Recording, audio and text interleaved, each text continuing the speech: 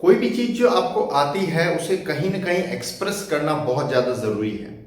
Because many time it happens कि बहुत सारी चीजें दिमाग में होती है, but when you start to express you may get hesitated and you may get nervous, and because of that hesitation और बिकॉज ऑफ दैट नर्वसनेस ऐसा हो सकता है कि जो कम्युनिकेशन प्रॉपर होना चाहिए वैसा नहीं होता है।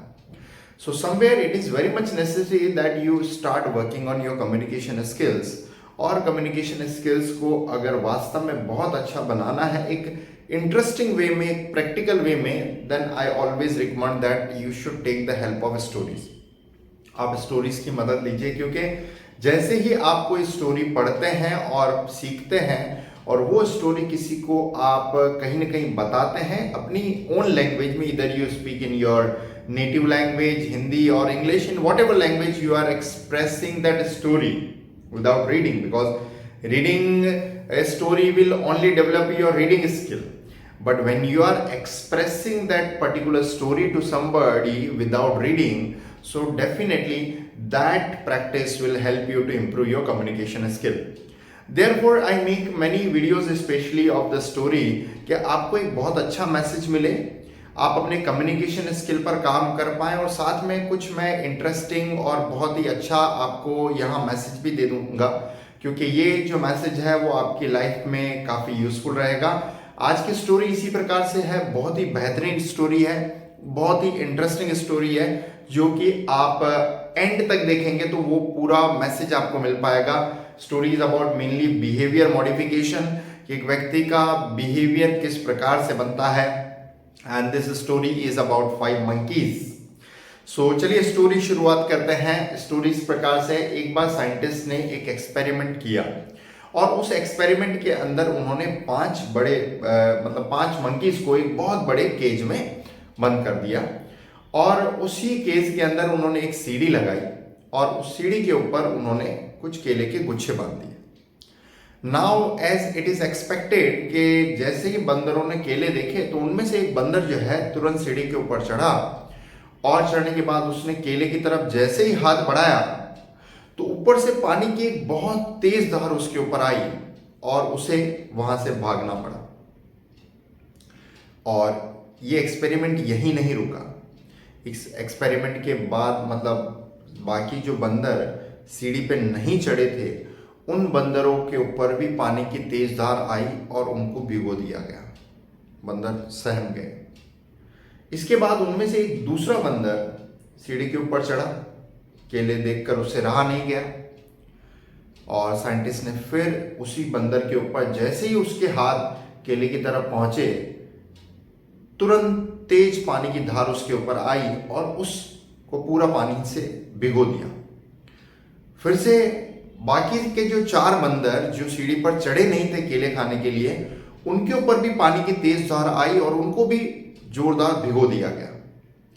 तीसरा बंदर उनमें से फिर सीढ़ी की तरफ चढ़ने ही वाला था कि बाकी के बंदरों ने उसे पीछे खींचा और उसकी जोरदार धुनाई कर दी। अब उनके दिमाग में ये एक बात बैठ चुकी थी कि हमें केले खाने पर ये पनिशमेंट मिल रहा है। फिर साइंटिस्ट ने अपने एक्सपेरिमेंट को आगे बढ़ाया और उन 5 बंदरों में से एक बंदर को बाहर निकाला और एक नए बंदर को वहां पे डाला।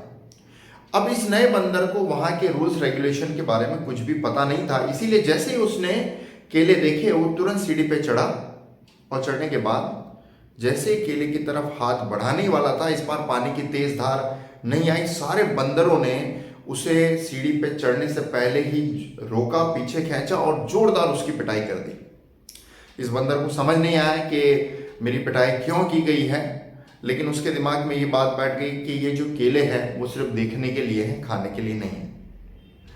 फिर एक नया बंदर उस पिंजरे में डाला गया और पुराने एक बंदर को निकाला गया। इस नए बंदर को भी यहाँ पर रूल्स के बारे में पता नहीं था, इसलिए वो जैसे ही सीढ़ी की तरफ चढ़ने के लिए आगे बढ़ता है, बाकी सारे बंदर उसको पीछे खींचते हैं और उसकी धुनाई करते हैं, और इस धुनाई में इस बार वो नया बंदर भी शामिल था जिसके ऊपर पानी की एक भी धार नहीं बही थी।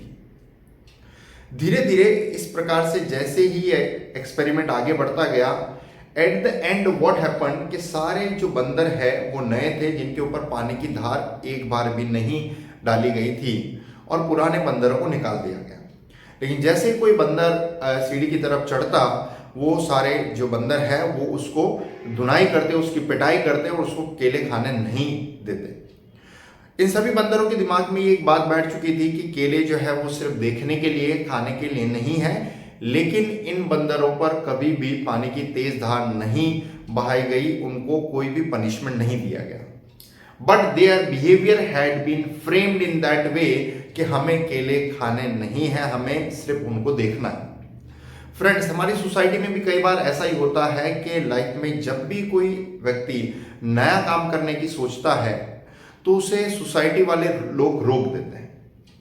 दे may stop that particular person whoever is trying to do something new in his or her life. इधर that person is trying to do in his studies or sports or business or entertainment, in whatever field somebody wants to go. अगर कोई भी व्यक्ति एक नए field में जाना चाहता है तो उसे इसीलिए रोक दिया जाता है क्योंकि सोसाइटी वाले लोगों को ऐसा लगता है कि ये उस काम में सफल नहीं होगा, उसे फेलियर मिलेगी। और ज्यादातर इंटरेस्टिंग बात तो यह है कि जो रोकने वाले लोग होते हैं वो वही लोग होते हैं जिन्होंने उस काम को कभी लाइफ में किया भी नहीं होता। They had never tried to do that particular new work in their life. और वो इसलिए कहीं ना कहीं एक नया काम करने के पीछे ये लोगों का माइंडसेट बन जाता है कि नया काम हमें करना नहीं है, हमें हमेशा एक ट्रेडिशनल काम करना है।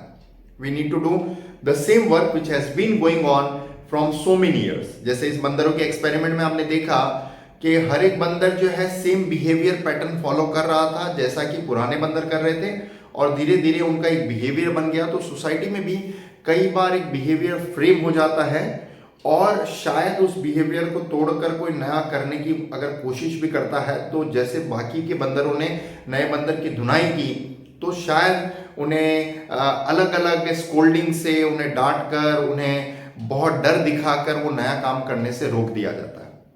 अगर आपके दिमाग में भी कुछ ऐसा नया करने का आता है और बाकी वाले लोग अगर आपको रोकने की कोशिश करते हैं तो अपने आप को रोक देना, कहीं ना कहीं उस अपॉर्चुनिटी को मिस कर देना है, कहीं ना कहीं उस ग्रोथ को मिस कर देना है जो कि डेफिनेटली आप कर सकते हैं और आगे बढ़ सकते हैं। Because many times I had notice कि ज्यादातर लोगों में वो करने की एबिलिटी होने के बावजूद भी सोसाइटी के डर से उस काम को करना बंद कर दिया जाता है। ऐसे कई बार मैंने फैक्ट्स अपनी क्लास में भी पूछे हैं, जैसे कि कोई व्यक्ति अगर कोई काम कर रहा है और मैं उसे पूछता हूं कि ये पर्टिकुलर काम क्यों किया जा रहा है, then rather than telling the reason behind that they only tell me कि ये काम मैंने सालों से ऐसा ही देखा है इसलिए मैं ऐसा करता हूं। टेक एन एग्जाम्पल, जैसे उत्तरायण के दिन, मकर संक्रांति के दिन, 14 जनवरी के दिन लोग पतंग उड़ाते हैं। When you ask so many people that why do they fly kite on this particular day, then rather than telling the reason, the main logic, अगर आपको पता है तो कमेंट बॉक्स में जरूर मुझे लिखकर बताएं, लेकिन वो एक उसको एंजॉयमेंट का ही रीजन मानते हैं। अनदर, मेरे पास काफी गर्ल्स और लेडीज पढ़ने के लिए आती है क्लासेस में, जब मैं उनसे पूछता हूँ that why do girls wear earrings, कि लड़कियां इयररिंग्स क्यों पहनती है, then rather than telling the reason they just only say that हमारे बड़ों ने हमें कहा इसीलिए हम पहनते हैं।